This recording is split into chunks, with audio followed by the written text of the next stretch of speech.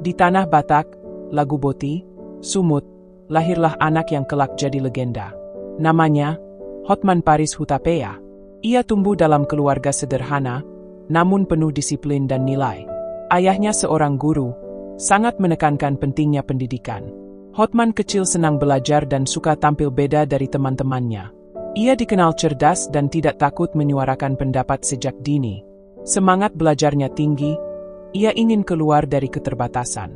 Setelah lulus SMA, ia diterima di Fakultas Hukum Universitas Parahyangan. Di Bandung, ia semakin terpacu untuk jadi pengacara besar.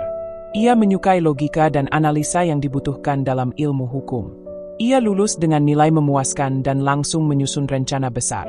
Hotman tahu, untuk sukses besar, dia harus belajar lebih jauh.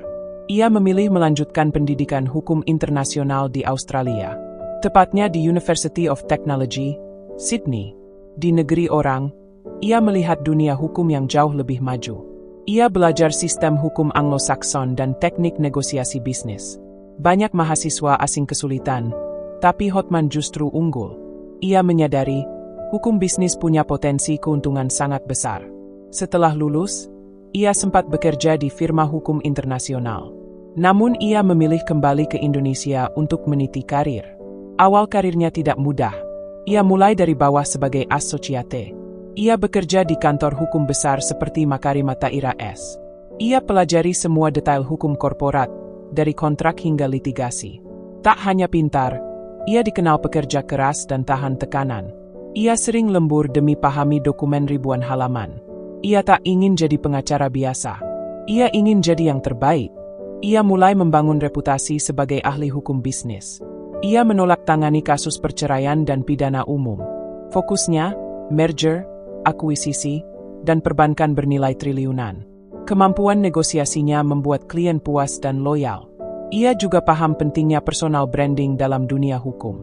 Hotman mulai tampil di media dengan gaya khas, berani dan percaya diri. Gaya bicaranya tajam, jelas, dan tak takut menyentil pihak besar. Namanya makin dikenal, dari pengusaha, selebriti hingga pejabat. Ia putuskan untuk buka kantor hukum sendiri, Hotman Paris Partners. Ini langkah berani yang membawanya ke puncak karir. Kantornya langsung menangani kasus besar dan penting. Ia tampil beda dari pengacara lain. Pakai jas mahal, cincin besar, mobil supercar jadi gaya khasnya. Banyak yang mencibir, tapi ia tak peduli. Ia percaya diri. Yang penting kualitas kerja, bukan omongan orang, katanya. Ia rajin upload keseharian di media sosial, khususnya Instagram. Gaya hidup mewahnya jadi sorotan, tapi juga jadi magnet. Ia sering ditemani wanita-wanita cantik yang ia sebut bodyguard. Meski penuh gaya, ia tetap sangat serius saat membela klien. Klien-klien besar mempercayakan kasus penting padanya. Ia terbukti berkali-kali memenangkan gugatan bernilai fantastis. Hotman percaya pada riset dan persiapan yang matang. Ia tidak pernah datang ke sidang tanpa rencana. Ia juga dikenal sangat teliti membaca kontrak dan celah hukum. Ia bisa temukan satu koma yang menyelamatkan perusahaan dari rugi besar. Banyak pengacara muda belajar padanya, baik langsung maupun lewat media. Ia sering memberi tips hukum di televisi dan seminar.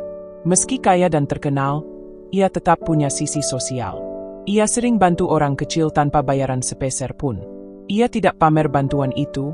Ia anggap itu bagian dari hidup. Tangan di atas lebih baik, begitu katanya. Ia juga peduli dengan pendidikan anak-anaknya. Anak-anaknya kuliah di luar negeri dan banyak yang ikut jejaknya. Ia bangga jadi ayah, dan tak ingin anaknya hanya hidup dari warisan. Di luar kerja hukum, ia juga aktif dalam acara TV dan talk show. Hotman Paris Show menjadi acara populer dengan gaya santai dan tajam. Ia gunakan acara itu untuk edukasi hukum ke publik. Kadang kontroversial, tapi selalu menarik perhatian. Hotman percaya bahwa edukasi hukum harus dibuat menarik. Ia tak pernah malu jadi dirinya sendiri, bahkan saat dikritik. Saya tidak munafik. Saya kerja keras dan saya nikmati hasilnya. Banyak yang tak suka, tapi lebih banyak lagi yang kagum. Hotman bukan pengacara biasa. Ia fenomena. Ia bisa bicara hukum, ekonomi, politik, dan sosial dengan lugas. Ia punya jaringan kuat di kalangan elit dan pengusaha. Namun ia tetap membumi di hadapan rakyat kecil. Sukses tidak boleh membuatmu lupa siapa dirimu, ucapnya. Ia pernah tangani kasus hingga tingkat internasional. Ia sering jadi pengacara langganan perusahaan multinasional. Semua karena integritas dan kualitas kerjanya. Ia tidak hanya pintar, tapi juga cepat dan berani ambil keputusan. Bagi Hotman, kecepatan sangat penting di dunia hukum bisnis. Ia terus belajar dan mengikuti perkembangan hukum global. Ia percaya hukum tidak boleh ketinggalan zaman. Kini ia dikenal sebagai salah satu pengacara terkaya di Indonesia. Tapi ia tetap bangun pagi, baca dokumen, dan hadiri sidang sendiri. Kalau mau kaya, jangan malas, katanya.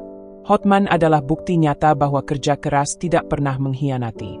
Ia tidak warisi kekayaan. Ia bangun semuanya sendiri. Dari Lagu Boti, ia menaklukkan dunia hukum Indonesia. Ia jadi panutan banyak pengacara muda. Banyak anak muda ingin sukses seperti Hotman Paris. Tapi sedikit yang siap kerja keras seperti dia. Pekerjaan pengacara bukan untuk pemalas, ucapnya. Ia selalu bilang, kualitas penting, bukan hanya koneksi. Ia tak suka pengacara yang asal bicara tanpa isi. Ia dorong pengacara muda untuk belajar dan membaca. Kini ia hidup mapan, tapi semangat mudanya belum padam. Ia masih aktif praktik, masih aktif membela klien. Ia masih suka berdebat di media sosial dan televisi. Ia tetap jadi ikon, pengacara cerdas, tajam, dan penuh gaya. Dari desa ke kota, dari nol jadi fenomena hukum. Kisahnya bukan dongeng. Ini hasil dari perjuangan panjang. Itulah Hotman Paris Hutapea. Kerja keras, cerdas, dan tak kenal takut.